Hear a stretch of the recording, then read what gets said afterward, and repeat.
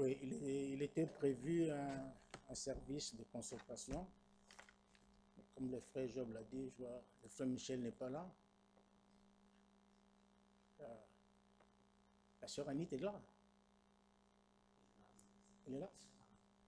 Donc on attend le frère Michel quand je crois qu'on va le faire peut-être à la fin de la prédication. Mais pour l'instant, nous allons passer à notre deuxième culte de la journée. Ce sont des moments bénis. Hein? C'est vraiment des moments qu'on n'a jamais eus. Hein? C'est mieux de passer toute une journée comme celle-ci dans la présence de Dieu que d'aller perdre le temps dans le stade de football. Dans la présence de Dieu, on est vraiment on se sent emporté dans le royaume.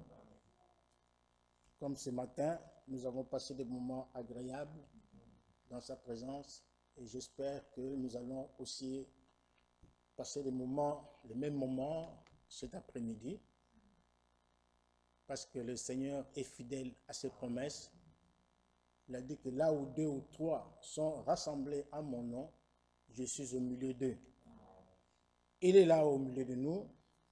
Sentez-vous à l'aise parce que vous êtes dans la maison de votre Père. David disait que je suis dans la joie quand on me dit allons dans la maison de notre Seigneur. Vous êtes dans la joie? Amen. Ok. J'aimerais vous sentir. Hein? Que notre frère Branham disait déjà à la congrégation que c'est vous qui me faites prêcher. Lorsque vous dites amen à la parole de Dieu, vous le dites avec enthousiasme, avec joie, avec allégresse. Ça fait prêcher le prédicateur. Ça lui donne plus d'inspiration, plus d'onction. Nous en avons besoin. C'est pourquoi quand on prêche dans une salle vide, vraiment, vous ne pouvez pas le sentir. Nous qui sommes ici, nous prêchons dans une salle vide. Il n'y a que des chaises, personne. Donc ça fait mal. Ça fait mal. C'est comme si on prêchait dans le désert. Alors, nous allons tout de suite continuer notre sujet. Tout à l'heure, je me suis rendu compte que je n'avais pas épuisé complètement la première partie parce que j'avais d'autres choses à lire. Je n'ai pas eu l'occasion de le lire. Donc, je dois, par la grâce de Dieu, continuer à lire, à parler toujours de l'amour divin, de l'amour fraternel, comme notre frère, comme nous l'avons chanté tout à l'heure dans les cantiques. C'est l'amour parfait qui sera enlevé. C'est l'amour parfait. Nous avons montré que nous devons nous aimer les uns les autres. Nous avons lu dans la parole de Dieu que celui qui n'aime pas son frère, c'est un meurtrier, c'est un assassin. Celui qui n'aime pas son frère demeure dans la mort. Celui qui n'aime pas son frère, donc Dieu n'est pas en lui. Parce que Dieu est dans celui qui aime Dieu d'abord. D'abord, lisons dans Matthieu. Revenons d'abord à la parole que nous avons lue ce matin avec le frère Job, la parole d'introduction, dans Apocalypse chapitre 1. Nous avons lu dans Apocalypse chapitre 1, à partir du premier verset, la révélation de Jésus-Christ que Dieu lui a donné pour montrer à ses serviteurs les choses qui doivent arriver bientôt et qu'il a fait connaître par l'envoi de son ange à son serviteur Jean. Celui-ci a attesté la parole de Dieu et le témoignage de Jésus-Christ, soit tout ce qu'il a vu. Heureux celui qui lit et ceux qui entendent les paroles de la prophétie et qui gardent les choses qui y sont écrites, car le temps est proche. La Bible dit, heureux celui qui lit et ceux qui entendent les paroles de la prophétie, et surtout qui gardent les choses qui y sont écrites. Nous ne devons pas être des auditeurs oublieux.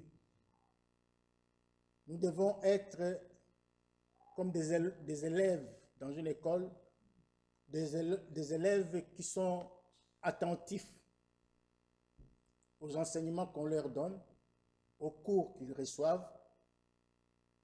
Un bon élève doit être attentif. Parce qu'il sait qu'après avoir reçu certains cours, une série de cours, il y aura un examen qui sera posé. Et il faut réussir à cet examen-là.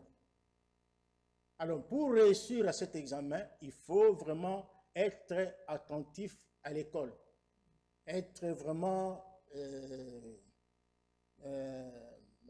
quelqu'un qui prend les choses au sérieux. C'est la même chose avec nous aussi dans le spirituel.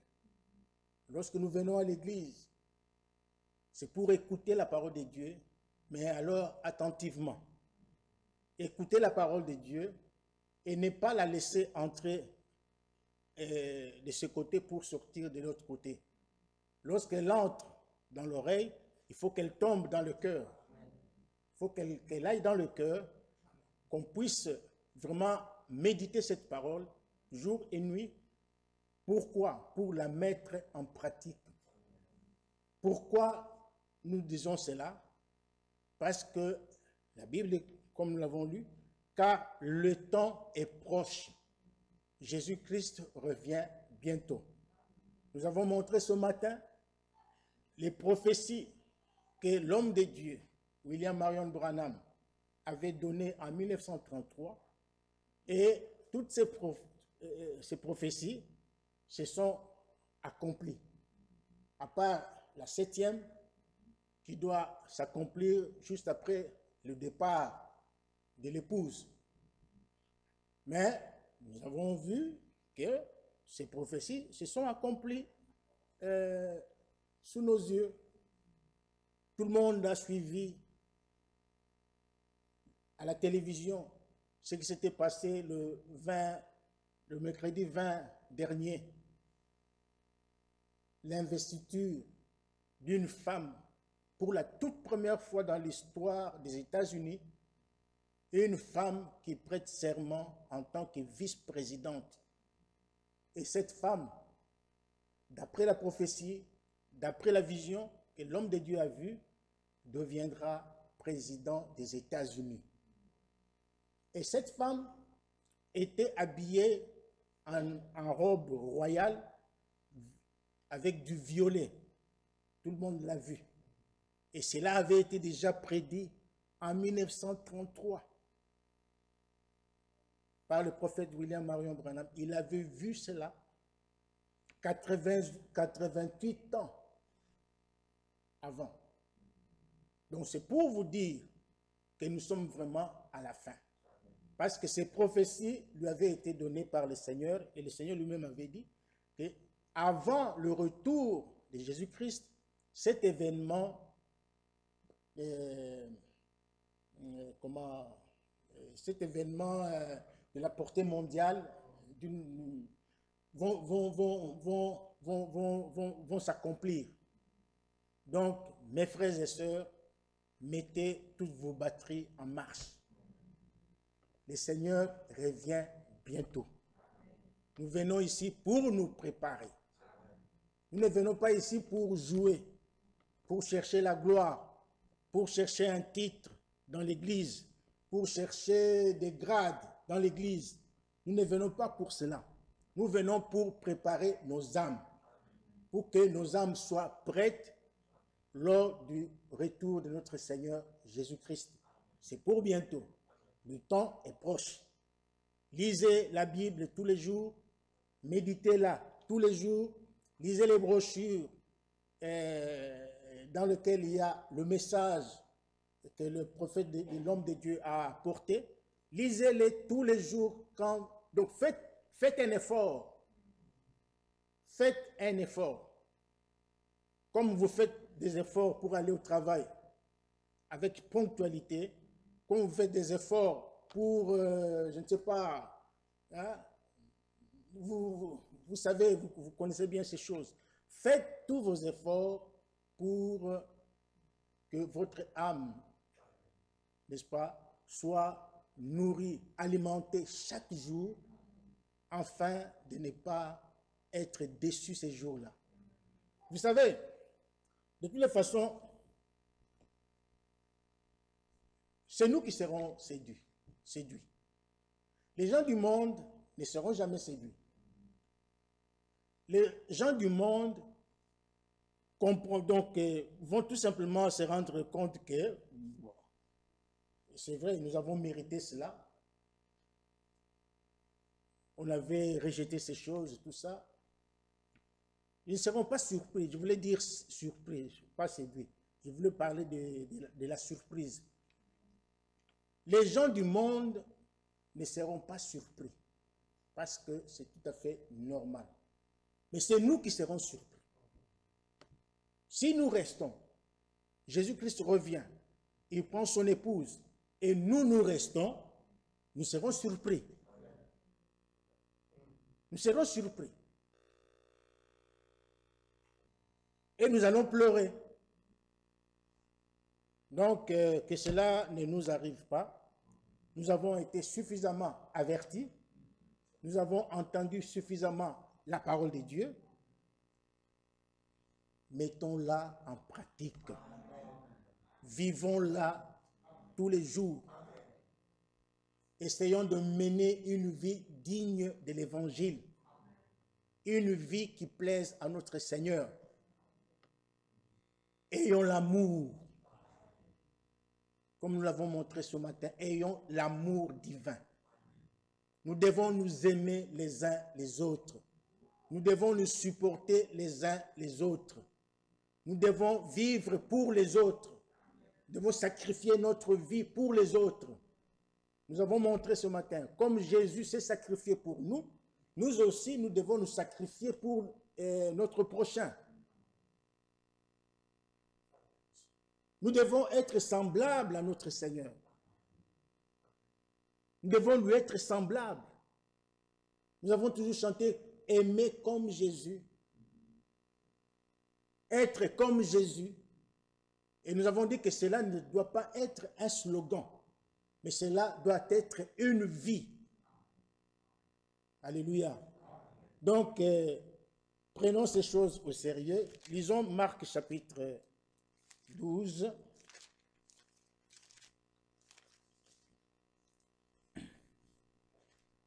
Marc chapitre 12.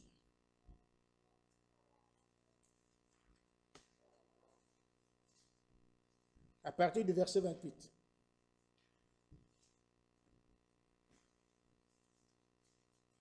Lèvons-nous pour la prière.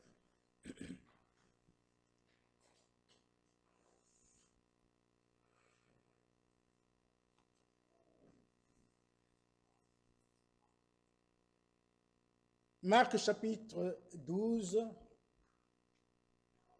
à partir du verset 28. Et pendant que nous lisons, je demanderai à mon frère Ephraim de venir ici pour nous conduire dans la prière.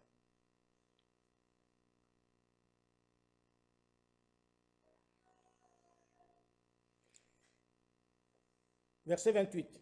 Un des scribes qui les avait entendus discuter, sachant que Jésus avait bien répondu aux Sadducéens, s'approcha et lui demanda « quel est le premier de tous les commandements?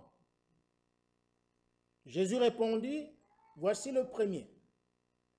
Écoute, Israël, le Seigneur notre Dieu est l'unique Seigneur. Et tu l'aimeras, et tu aimeras le Seigneur, et tu aimeras le Seigneur, ton Dieu, de tout ton cœur, de toute ton âme, de toute ta pensée et de toute ta force. Voici le deuxième. Tu aimeras ton prochain comme toi-même. Il n'y a pas d'autre commandement plus grand que cela. Le scribe lui dit, bien maître, tu as dit avec vérité que Dieu est unique et qu'il n'y en a point d'autre que lui, et que l'aimer de tout son cœur, de toute sa pensée, de toute son âme et de toute sa force, et aimer son prochain comme soi-même. C'est plus que tous les holocaustes et tous les sacrifices. Jésus, voyant qu'il avait répondu avec intelligence, lui dit, tu n'es pas loin du royaume de Dieu. Et personne n'osa plus lui proposer des questions. Amen. Mon frère.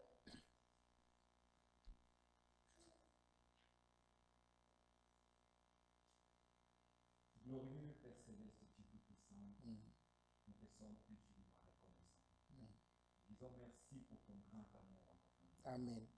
Seigneur, il est écrit, car Dieu a tant aimé le monde qu'il a donné son Fils unique afin que quiconque croit ne périsse mais qu'il ait la vie éternelle. Amen. Et c'est nous que tu as aimés. Oui. Parce que Seigneur, nous voyons toutes ces choses qui passent, Seigneur. Alléluia. Nous sommes avertis.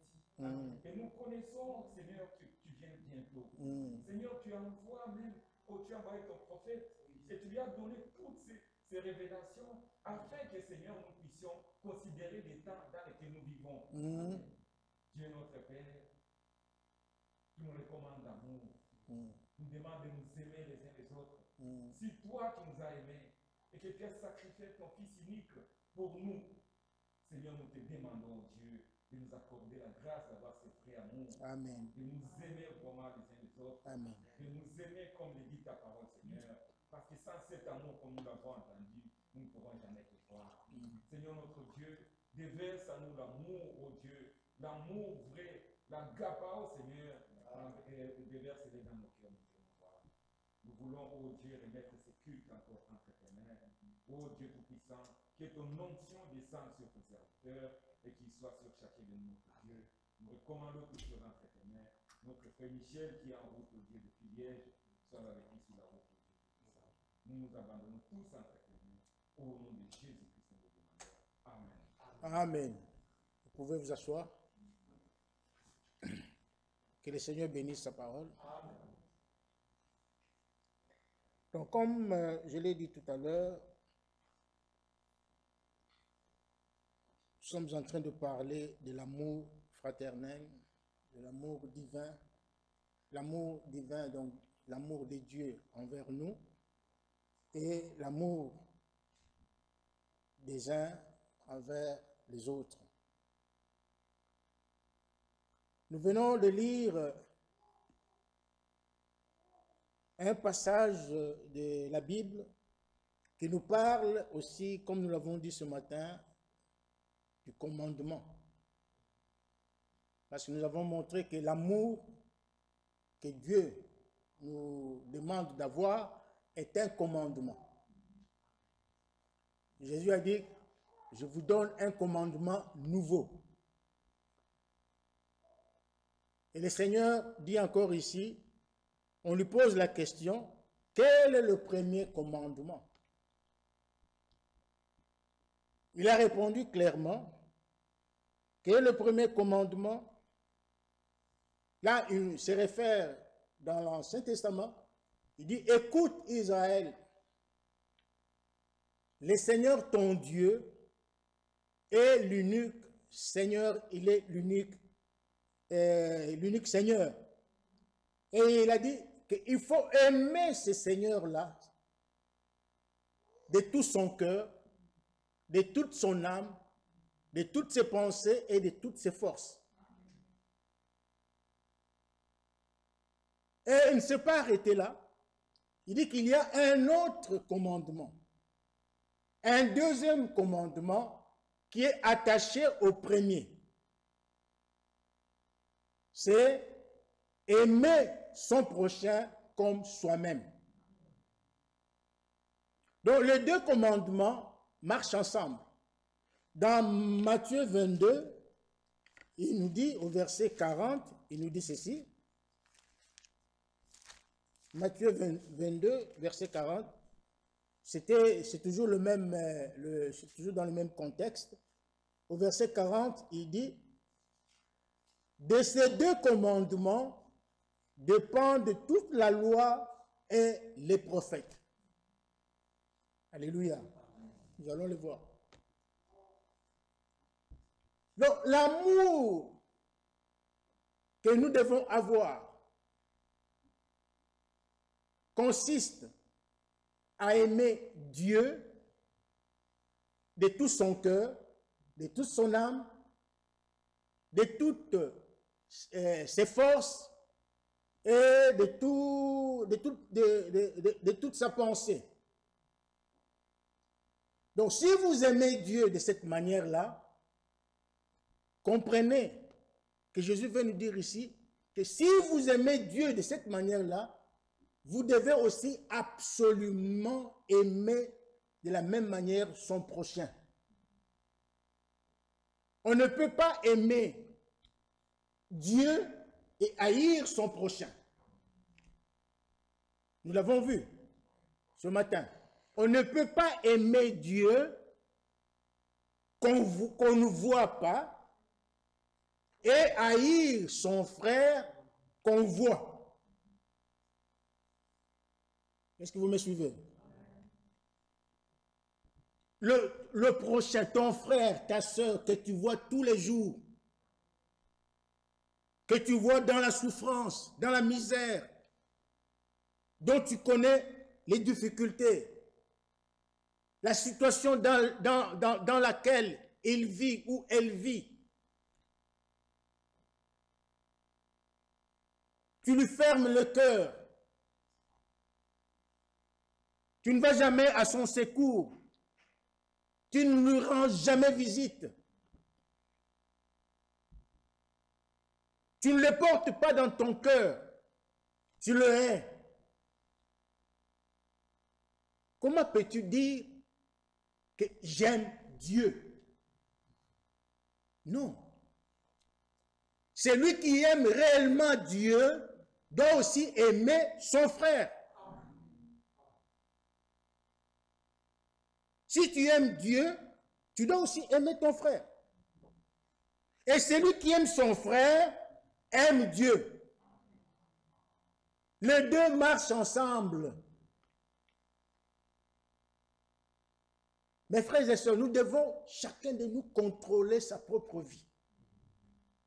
Contrôler sa marche. Et se poser 1001 questions. Suis-je réellement dans la voie de Dieu? Est-ce que j'ai l'amour divin en moi? Est-ce que j'aime mon frère? Est-ce que j'aime ma soeur?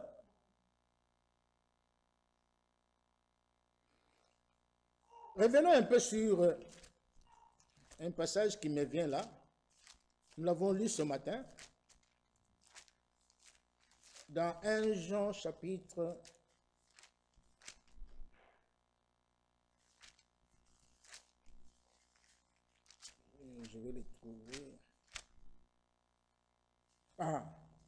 1 Jean chapitre 3.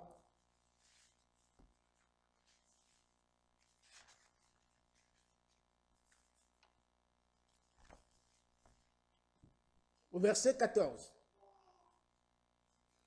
Nous savons que nous sommes passés de la mort à la vie parce que nous aimons les frères. Il faut dire amen si réellement vous le faites. Hein. Si réellement vous aimez vos frères, là il faut dire amen.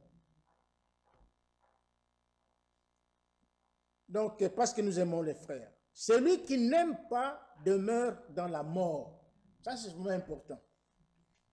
Celui qui n'aime pas son frère demeure où? Dans la mort. En d'autres termes, il marche dans les ténèbres.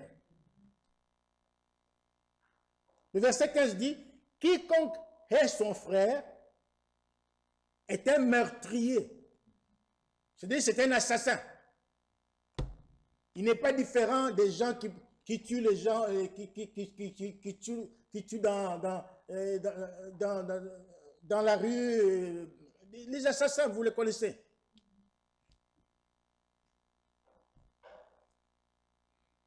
Donc, il est meurtrier et vous savez qu'aucun meurtrier n'a la vie éternelle demeurant en lui. Dieu ne peut pas donner sa vie à un meurtrier. Ce n'est pas possible. Toi, tu n'aimes pas ton frère. Tu n'aimes pas ta soeur. Tu as de la haine. Mais comment peux-tu témoigner que tu as la vie éternelle? Comment tu peux dire que tu as la vie éternelle? Qui t'a donné cette vie éternelle? Qui te l'a donné? Celui qui donne la vie éternelle, c'est Dieu lui-même. Mais comment Dieu peut te donner la vie éternelle, toi qui es ton frère? Tu as de la haine pour ta soeur.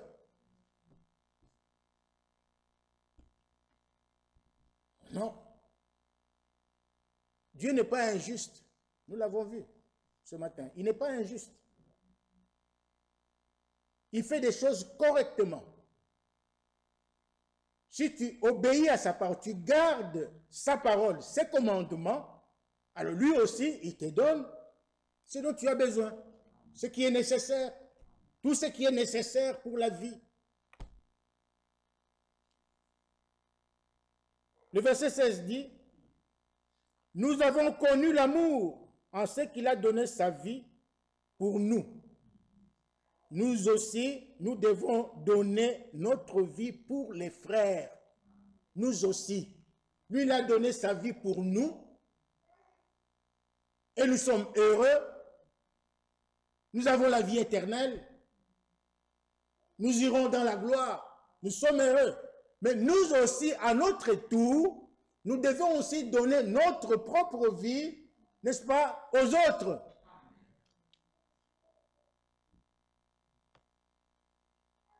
C'est comme ça. Le verset 17 dit, si quelqu'un possède, c'est le verset que je voulais, si quelqu'un possède les biens du monde et que voyant son frère dans le besoin, il lui ferme ses entrailles. Comment l'amour de Dieu demeure-t-il en lui? Ton frère est dans le besoin. Ta soeur est dans le besoin. Et vous le savez. Tu sais que mon frère a besoin de tel. Il lui manque ceci. Il lui manque cela. Ma soeur, la même chose. Mais la Bible dit, tu lui fermes les entrailles. Et tu dis que tu as l'amour de Dieu. Arrêtez de mentir. Arrêtez de mentir. Parce que si tu fermes tes entrailles, tu ne veux pas aider ton frère ou ta soeur, même les dictionnaires te qualifient. Les dictionnaires t'appellent égoïste. Tu es égoïste.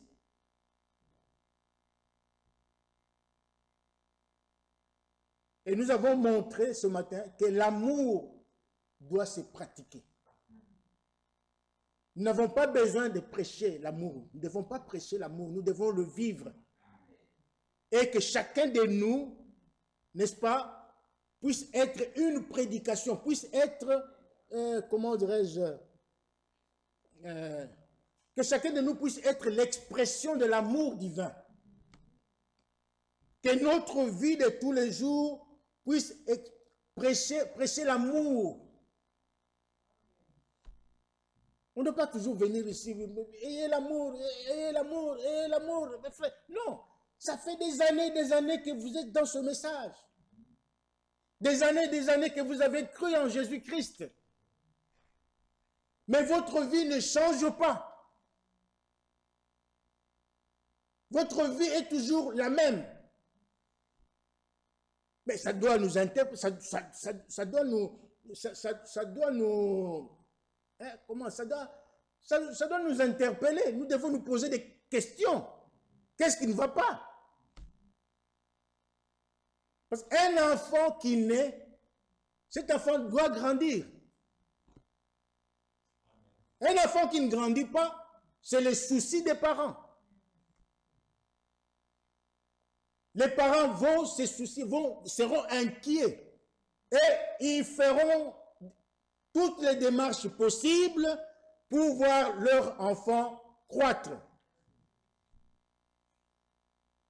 Dieu aussi fait de la même manière. Il fait tout ce qui est à son pouvoir pour nous donner tout ce qu'il faut, n'est-ce pas, pour que nous puissions croître, pour que nous soyons de véritables chrétiens, de véritables fils et filles de Dieu, nés de nouveau et remplis du Saint-Esprit. C'est ça l'objectif de Dieu.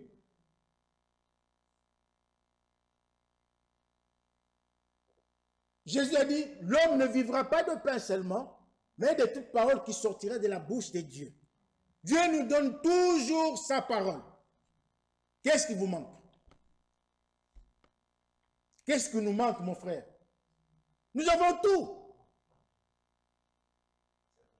Et dans 2 Pierre 1, il est écrit au verset 3, sa divine puissance nous a donné tout ce qu'il faut pour notre vie et pour notre piété.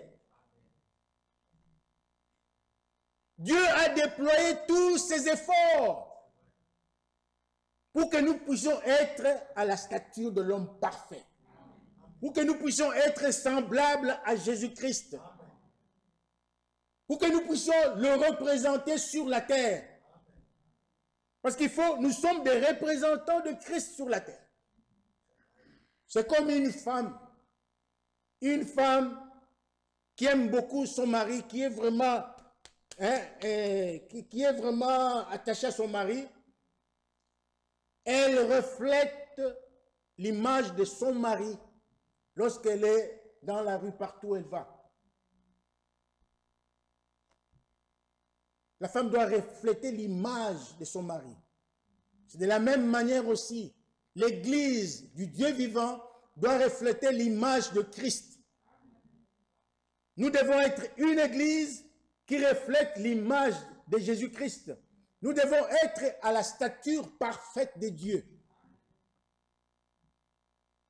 Lisons, avant de continuer avec l'amour, lisons Éphésiens.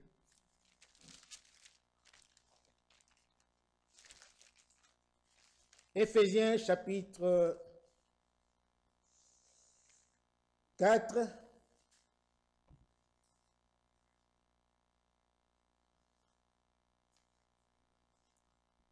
Commençons même pour avoir le contexte.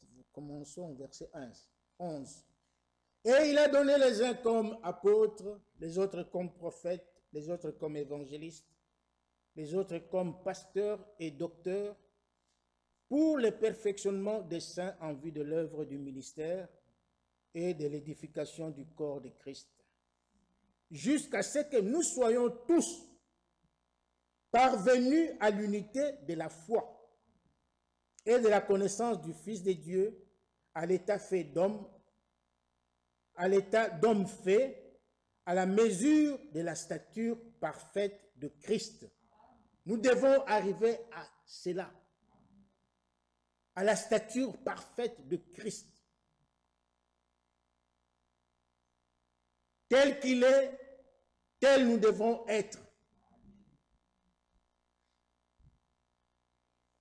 Ainsi, nous ne serons plus des enfants flottants, et emportés à tout vent de doctrine par la tromperie des hommes, par leur ruse dans le moyen de séduction, mais en professant la vérité dans l'amour, nous croîtrons à tous égards en celui qui est le chef, Christ. Que Dieu nous aide, mes frères. Maintenant, revenons à l'amour. Nous avons lu dans Marc chapitre 12 et nous avons montré jusque-là que l'amour de Dieu marche de pair avec l'amour du prochain. Personne ne peut dire j'aime Dieu et en même temps haïr son prochain. Ce n'est pas possible. Si tu aimes Dieu, alors tu dois aussi aimer ton prochain. Et si tu aimes ton prochain, tu dois aussi aimer Dieu. Les deux marchent ensemble. Alors maintenant, dans Romains chapitre 13, il y a ceci. Paul, cet homme de Paul, vraiment c'était un homme, le jour où je le verrai, en tout cas, je vais l'embrasser. Il a dit beaucoup de choses. Il a eu vraiment des révélations. Écoutez ce qu'il dit. Romains 13, le verset 8. Il dit, ne devez rien à personne. Ne devez rien à personne. Si ce n'est de vous aimer les uns les autres. Maintenant écoutez. Car celui qui aime les autres a accompli la loi. Oh!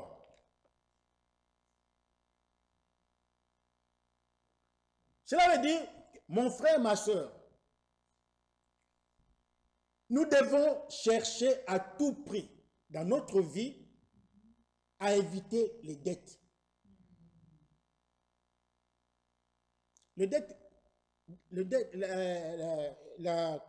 Avoir une dette, ce n'est pas un péché. Parce qu'il y a des gens qui prêchent que s'endetter, c'est un péché. Non, non, non. Même le prophète s'endettait. Donc, avoir des dettes, ce n'est pas un problème. Mais le problème est qu'il faut chercher, lorsque vous avez une dette, chercher à la payer. Il faut rembourser. C'est tout à fait normal qu'on ait des dettes. Maintenant, Paul ici nous dit, nous devons, dans notre vie, avoir qu'une seule dette. Une seule. La dette que nous devons avoir, mon frère, ma soeur, c'est l'amour du prochain. L'amour envers son frère. Voilà la dette que nous devons avoir. Je ne sais pas si vous saisissez la chose. Il dit, ne devez rien à personne si ce n'est de vous aimer les uns les autres.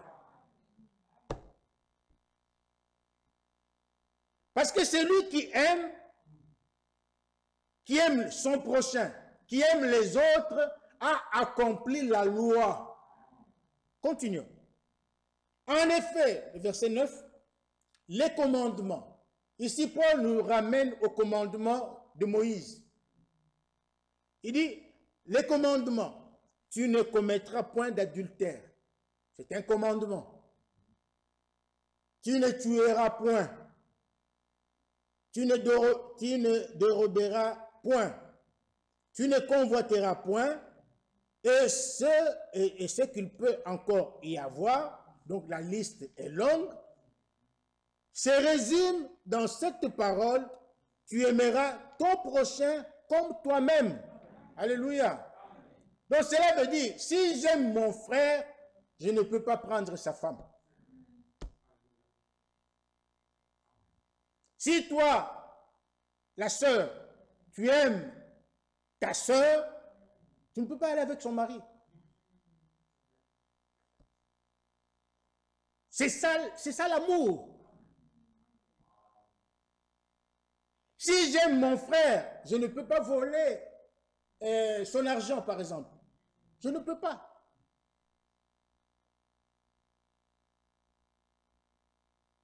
Mais il y a des gens qui le font. qui ont le courage d'aller prendre les femmes d'autrui. Ça, ce n'est pas l'amour.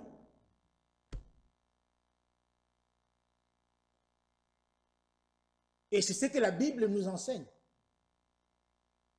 Nous devons renoncer à ces choses-là. Si nous avons réellement l'amour, nous ne commettrons pas adultère. Si nous avons réellement l'amour, je ne peux pas tuer quelqu'un. Non, je ne peux pas. Faire du mal à quelqu'un, à mon prochain. Non.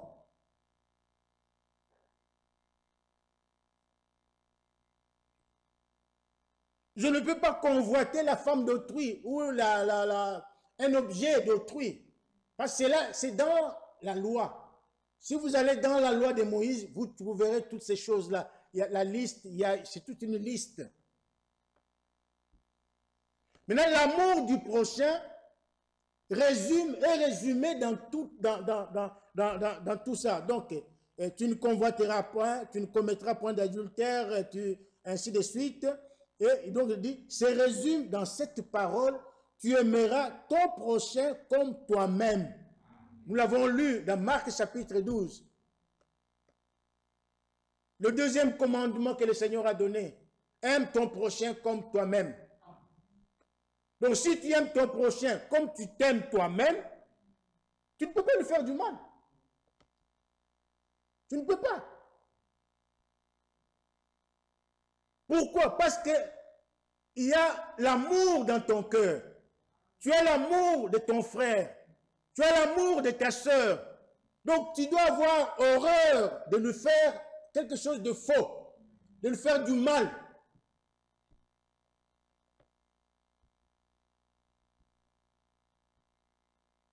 L'amour du prochain.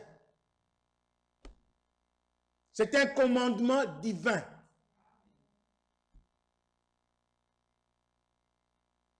Et le Seigneur tient beaucoup à ça. Il veut voir l'amour entre nous. Moi, je peux vous cacher mes sentiments. Vous pouvez me cacher vos sentiments. Mais nous ne pourrons jamais les cacher devant Dieu. Dieu connaît chacun de nous. Connaît le cœur de chacun de nous. Donc, ça ne sert à rien de faire l'hypocrite. Ça ne sert à rien.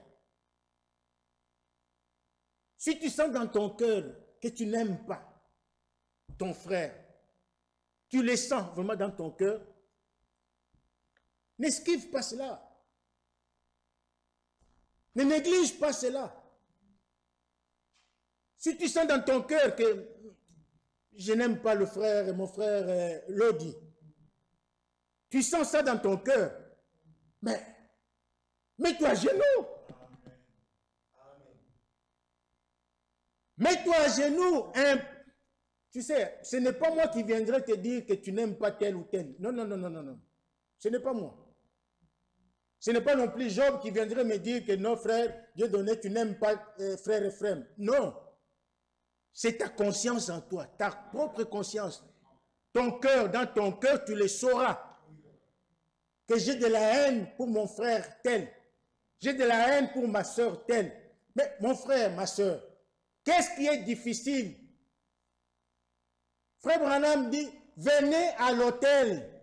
Venez ici à l'autel, agenouillez-vous, implorez la grâce de Dieu. Dieu qui est amour vous donnera son amour en vous. Il vous donnera l'amour. Parce que Dieu est amour. L'amour vient de Dieu. On n'apprend jamais l'amour dans une école. Non, non, non, non. On ne reçoit pas l'amour dans une école. Ou dans la rue, ou dans un supermarché. L'amour est unique. C'est Dieu lui-même. Si tu implores sa grâce, il viendra en toi et il te donnera l'amour véritable.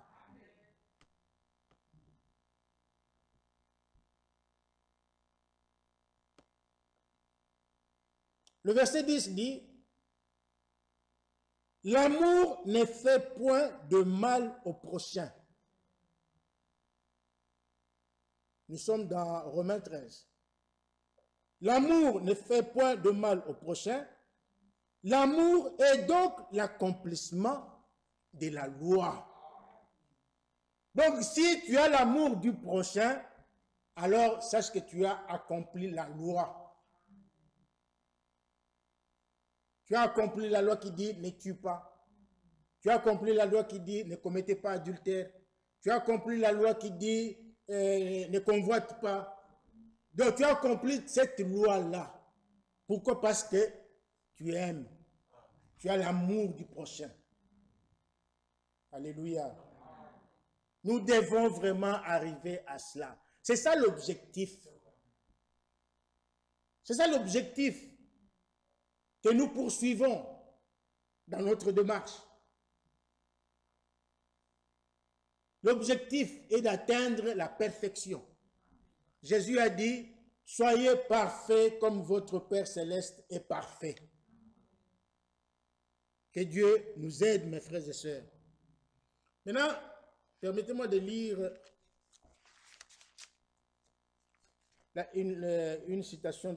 quelques citations de frère Franck dans la fameuse lettre de décembre 2012.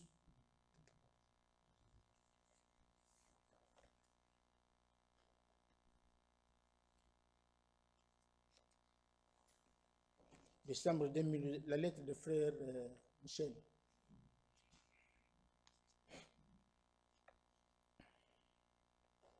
Alors, à la page 3, frère Franck nous dit ceci.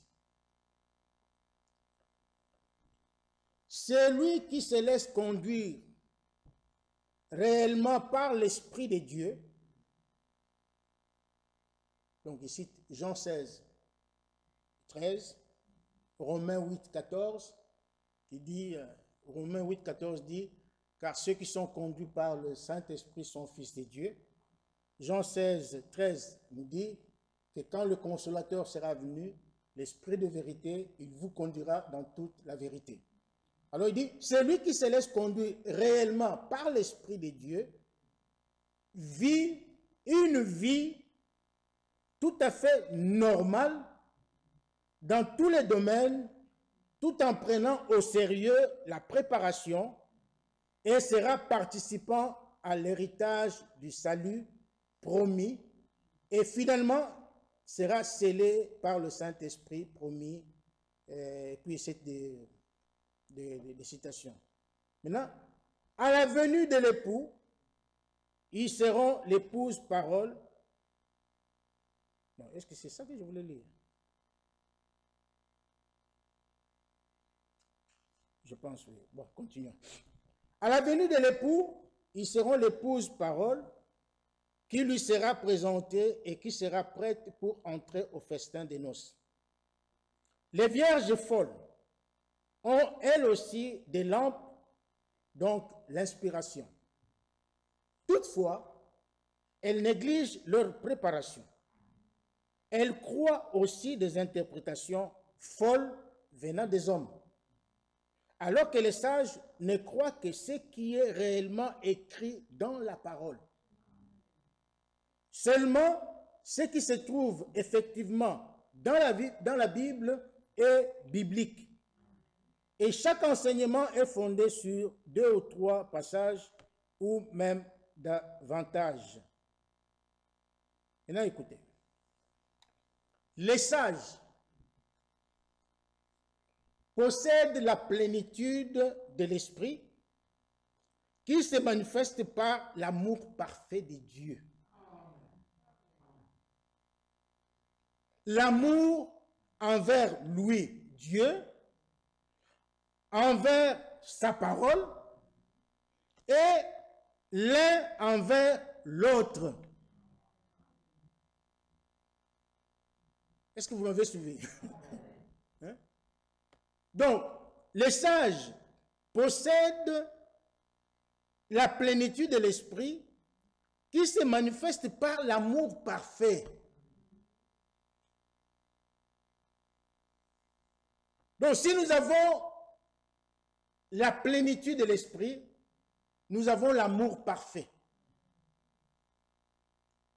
L'amour envers lui. Donc, il faut aimer Dieu, comme nous l'avons montré, de tout son cœur, de toute son âme, de toutes ses pensées, de toutes ses forces. Ensuite, envers sa parole. Un vrai chrétien, né de nouveau, est censé aimer la parole de Dieu. Il doit aimer, il doit avoir l'amour de la vérité. Parce que si tu n'as pas l'amour de la vérité, tu ne peux pas non plus être conduit par le Saint-Esprit. Comme nous l'avons montré dans Jean 16, quand le consolateur sera venu, l'Esprit de vérité, il vous conduira dans toute la vérité, c'est-à-dire dans toute la parole de Dieu. Alors pour que le Saint-Esprit te conduise dans toute la parole de Dieu, tu dois commencer par aimer cette parole. Il faut aimer la parole de Dieu. D'abord, aimer Dieu, aimer sa parole, et il dit troisièmement, aimer, donc avoir l'amour l'un envers l'autre, c'est-à-dire l'amour du prochain, l'amour de ton frère. Il faut accomplir ces trois choses. L'amour envers Dieu, l'amour envers sa parole et l'amour envers son frère.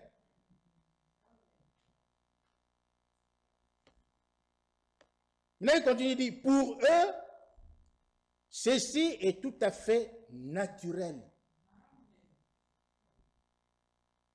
Pour le croyant, pour l'élu, pour celui qui fait partie des vierges sages, ceci est tout à fait naturel.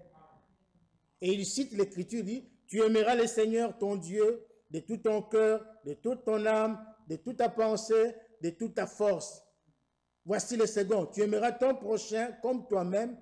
Il n'y a pas d'autre commandement plus grand que ceux-là. Ce que nous venons de lire. Donc pour un chrétien, un véritable chrétien, cela est tout à fait normal. Aimer Dieu, aimer sa parole, aimer son prochain. Ça doit être une vie. Nous devons les vivre. Cela doit être dans chaque croyant, dans chaque fils et fille de Dieu. Vous voyez? Donc, nous devons prendre au sérieux ces choses. Il continue, il dit, celui qui aime vraiment Dieu aime aussi son frère. Ah! Et même jusqu'à sacrifier, non, jusqu'à se sacrifier soi-même. C'est Fréfond qui le dit, hein? Il dit, celui qui aime vraiment Dieu aime aussi son frère. Même jusqu'à se sacrifier soi-même. Ne dites pas, oh, j'aime Frère Franck, j'aime cet homme, Matthieu 24, je l'aime. Non, c'est bien, il faut l'aimer, je ne refuse pas. Mais il faut aussi écouter ce qu'il dit. Il faut aussi écouter ce qu'il dit. Et donner l'importance à ce qu'il dit. Il dit, celui qui aime vraiment Dieu, aime aussi son frère. Même jusqu'à se sacrifier soi-même. Nous avons lu ça dans la Bible. N'est-ce pas? Nous avons lu ça dans la Bible.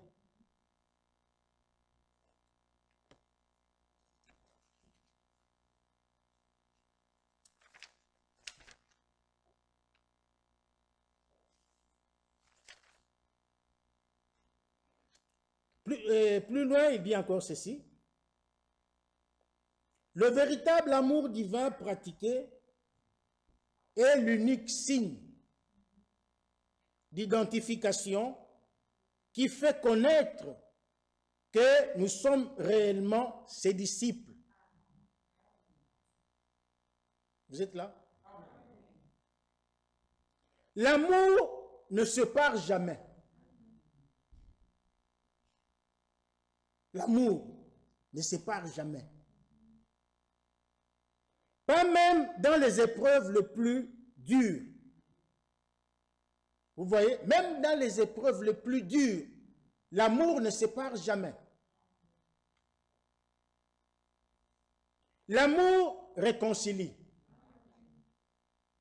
Nous l'avons montré la semaine passée. Que l'amour, si vous avez l'amour, il couvre toute une multitude de péchés.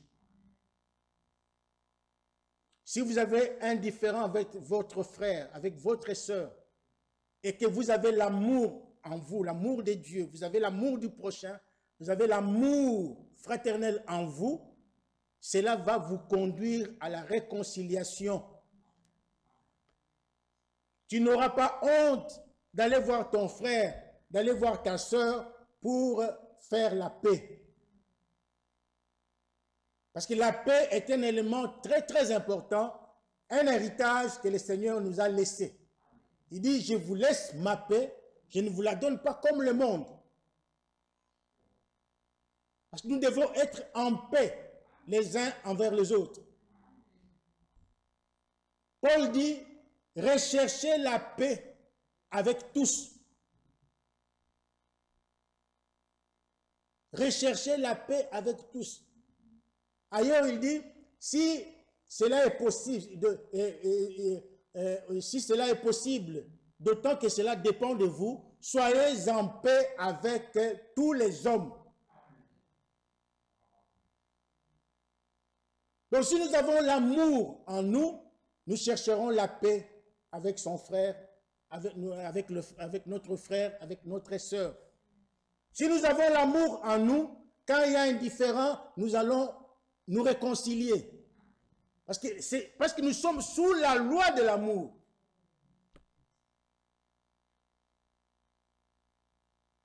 Alors, il continue, il dit, l'amour ne sépare jamais, pas même dans les épreuves les plus dures. Même quand ça ne va pas, c'est terrible, c'est dur, c'est compliqué. Mais l'amour doit triompher. L'amour doit vaincre. L'amour doit vous pousser à la réconciliation.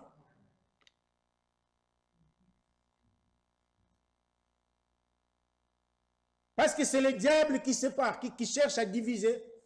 C'est le diable qui enlève la paix. Mais quand vous avez l'amour, vous aurez la paix. Donc, dans les épreuves les plus dures, l'amour réconcilie et unit dans toutes les circonstances. Ça, c'est vraiment important. Ça unit dans toutes les circonstances. Il est le lien de la perfection. Colossiens 3, 14. Pour savoir ce qu'il en est vraiment de chacun personnellement, il nous faut regarder dans le miroir de la parole. Jacques chapitre 1, versets 19 à 27. Celui qui regarde dans le miroir ne verra jamais un autre, mais toujours soi-même. Alléluia. Quand je me regarde dans le miroir, je ne verrai pas le frère Job. C'est moi que je verrai. C'est moi-même. Et lorsque je me vois, je verrai mes défauts. Je verrai les taches qui sont sur mon visage. Et je dois faire en sorte d'enlever toutes ces taches-là. C'est la même chose quand nous nous regardons dans la parole de Dieu. Nous verrons notre propre vie dans ce miroir de la parole. Et cela va nous aider, n'est-ce pas, à enlever tout ce qui n'est pas correct.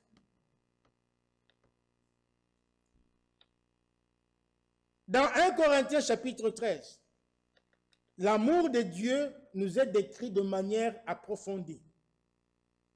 Vous me suivez? Ah, je sens que vous êtes fatigués. Même si nous connaissons tous les mystères, que nous pouvions parler les langues des hommes et des anges, que nous avions le don de prophétie, même toute la foi, cela ne nous servira à rien si nous n'avions pas l'amour. Allez, continue, dit, l'amour pratiqué se manifeste comme il est écrit. Qu'est-ce qui est écrit? L'amour est patient. Il est plein de bonté. L'amour n'est point envieux. Nous l'avons lu ce matin. L'amour ne se vante point.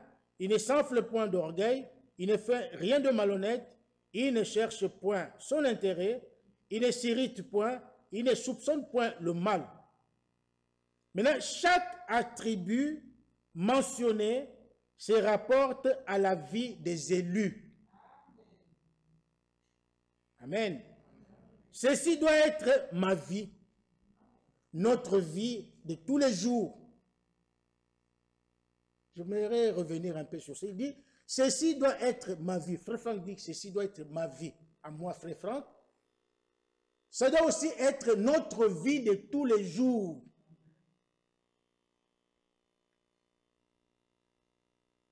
Ainsi, l'ennemi ne peut nous accuser sur aucun de ces points. Si nous pratiquons l'amour vrai, l'ennemi n'aura pas d'endroit, il ne verra pas de faute en nous. Pourquoi? Parce que, ayant l'amour du prochain, nous avons accompli toute la loi. Alléluia. Nous avons accompli toute la loi. Comme nous l'avons lu. L'amour du prochain, c'est l'accomplissement de la loi.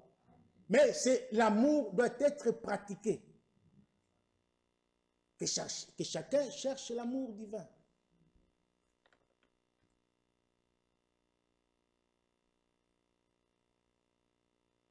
Et il dit, ainsi l'ennemi ne peut nous accuser sur aucun de ces points, puisqu'alors s'applique, ce n'est plus moi qui vis, c'est Christ qui vit en moi. Il vit sa vie au travers de nous. Tout prendra fin, les dons de l'esprit aussi, mais l'amour demeure éternellement. Dieu est amour. Il s'est révélé à nous dans son amour en Jésus-Christ, notre Seigneur et Sauveur, car Dieu a tant aimé le monde, ainsi de suite. L'amour de Dieu est déversé dans nos cœurs lorsque nous recevons l'Esprit. Nous l'avons montré le matin, Romains 5,5, est manifesté en nous par le fruit de l'Esprit. Galates 5, 22 à 24. Nous allons le lire. C'est ainsi que tous ceux qui sont nés de nouveau sont baptisés en tant que membres dans le corps de Christ, c'est-à-dire dans son Église. Lisons Galates chapitre 5.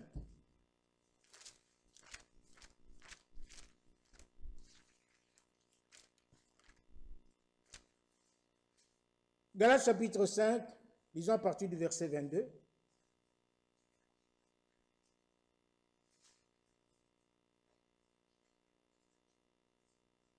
Mais le fruit de l'esprit, c'est l'amour. Donc, dans l'esprit, dans le fruit de l'esprit, il y a l'amour. La joie, la paix. Nous avons aussi la patience. Nous avons la bonté. Nous avons la bienveillance. Nous avons la foi. Nous avons la douceur et la maîtrise de soi. Certaines de ces vertus que nous avons lues ici, nous les avons étudiées dans la pyramide. Si nous revenons dans la pyramide, nous voyons il y a la foi, il y a la patience, il y a la tempérance, il y a l'amour. Donc, ce sont des choses que nous devons avoir dans notre propre vie. Notre vie de tous les jours.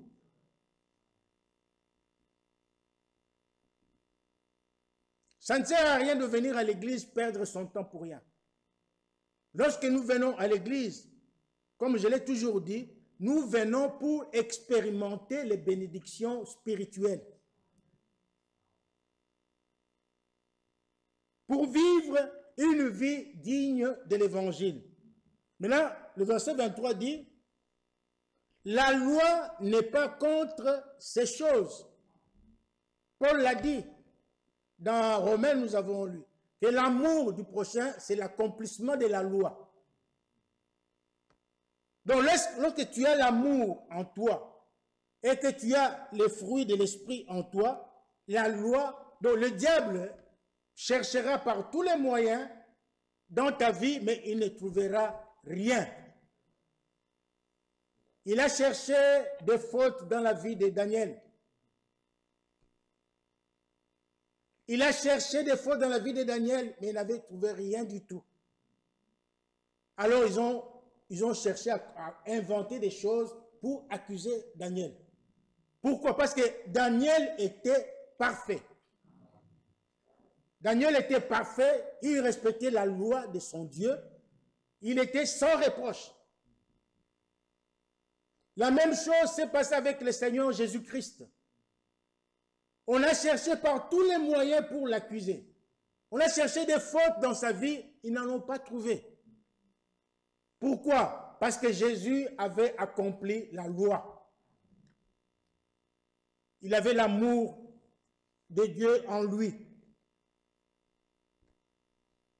Toi aussi, mon frère, si tu as l'amour divin en toi, tu as accompli toute la loi. Que Dieu nous aide. Maintenant, le verset 24. Ceux qui sont à Jésus-Christ ont crucifié la chair avec ses passions et ses désirs. Verset 25. Si nous vivons par l'Esprit, marchons aussi selon l'Esprit. Ne cherchons pas une vaine gloire en nous provoquant les uns les autres, en nous portant envie les uns aux autres. Amen. Que Dieu vraiment nous aide et nous assiste. Et voilà tout ce que je pouvais dire, ajouter sur l'amour.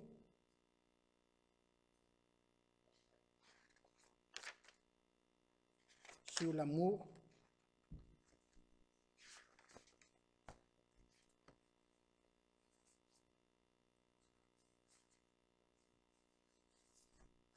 Donc, voilà. Maintenant, pour terminer, parce qu'il est presque 16 heures, il y a un service divin. Nous allons lire dans Jean chapitre 15.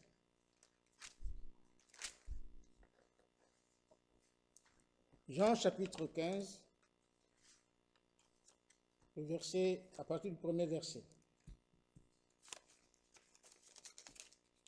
Je suis le vrai cep et mon Père est le vigneron. Tout sarment qui est en moi et qui ne porte pas de fruits, il le retranche, et tout sarment qui porte du fruit, il l'émonde afin qu'il porte encore plus de fruits. Alléluia. Amen. Ici, le Seigneur nous montre que nous sommes des sarments. Son Père est le vigneron, celui qui a planté la vigne. Et lui, le Seigneur Jésus, est le cep. Alors maintenant, il nous montre ici que si nous voulons avoir la vie, que si nous voulons avoir une vie digne de l'évangile, avoir produit de bons fruits, nous devons être attachés à lui. À lui, le cep. Nous devons être attachés à lui. Maintenant, il dit, tout sarment qui ne porte pas du fruit, il les coupe. il les coupe, il sèche et il est brûlé. Mais par contre, tout sarment qui porte du fruit, qu'est-ce qu'il fait? Il l'émonde. Émonder veut dire, donc, débarrasser, n'est-ce pas, je l'avais noté ici, débarrasser un arbre des branches mortes et inutiles, des plantes parasites. Pourquoi? Parce que ces branches inutiles-là qui entourent le sarment l'empêchent de croître. Je ne sais pas si vous avez saisi.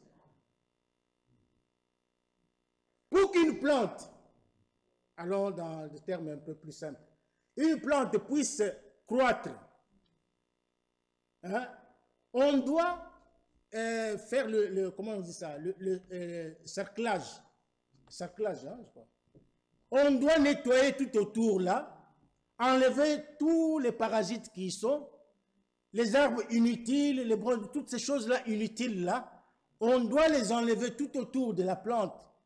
Hein, enlever tout cela pour permettre à la plante de bien croître, pour permettre à la plante de bien se nourrir, pour permettre à la plante de recevoir de l'eau et le soleil qui va frapper dessus. Si on ne le fait pas, ces parasites-là qui entourent la plante vont l'étouffer, vont l'empêcher de croître. Alors, qu'est-ce que je veux dire par là?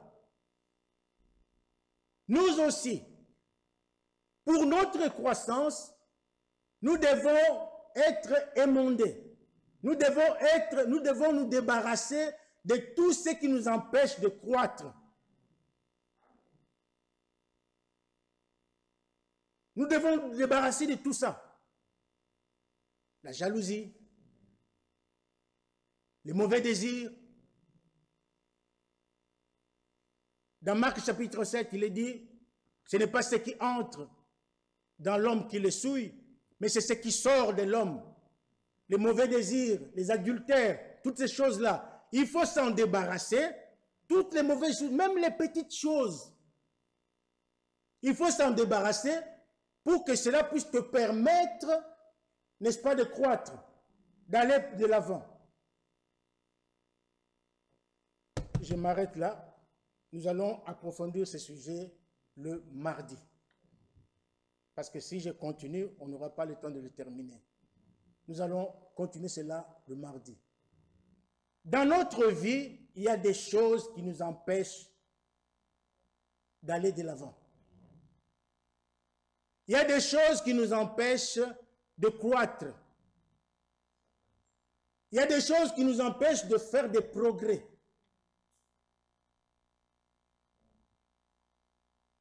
Parce que Paul nous dit dans 1 Thessaloniciens 4 que nous devons faire des progrès. Nous devons marcher de progrès en progrès. Il y a ceux qui se sont arrêtés à la justification.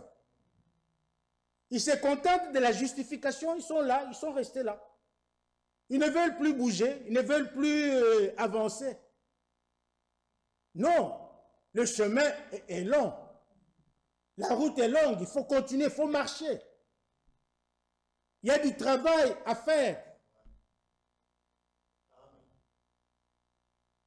Et quand on arrive, si Dieu te fait grâce, tu arrives à la sanctification, tu ne dois pas t'arrêter là à la sanctification. Il faut continuer. Parce que celui qui s'est arrêté à la justification, il oublie une chose. Paul dit, recherchez la paix avec tous, et la sanctification sans laquelle personne ne verra le Seigneur. Il nous faut une vie de sanctification. C'est là que nous allons, c'est par là que nous allons commencer le mardi. Il nous faut une vie de sanctification. Si vous voulez une croissance véritable de votre vie, de votre âme, vous devez avoir cette vie de sanctification.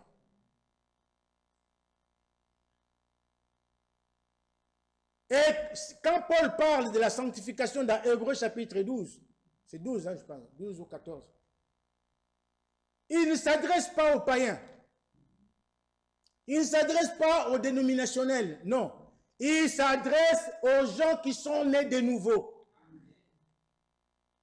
Aux gens qui sont régénérés. Aux gens qui ont reçu la foi. Aux gens qui ont cru en Jésus-Christ. C'est pour vous dire que s'il n'y a pas de sanctification, même si tu es régénéré, tu ne verras pas le Seigneur. Tu ne verras pas le Seigneur. Même si tu dis que j'ai la foi, tu ne verras pas le Seigneur. Parce que pour voir le Seigneur, il n'y a qu'une seule condition, c'est la sanctification. Et Paul ne dit pas que si tu n'as pas le Saint-Esprit, tu ne verras pas le Seigneur. Non, il dit la sanctification. C'est là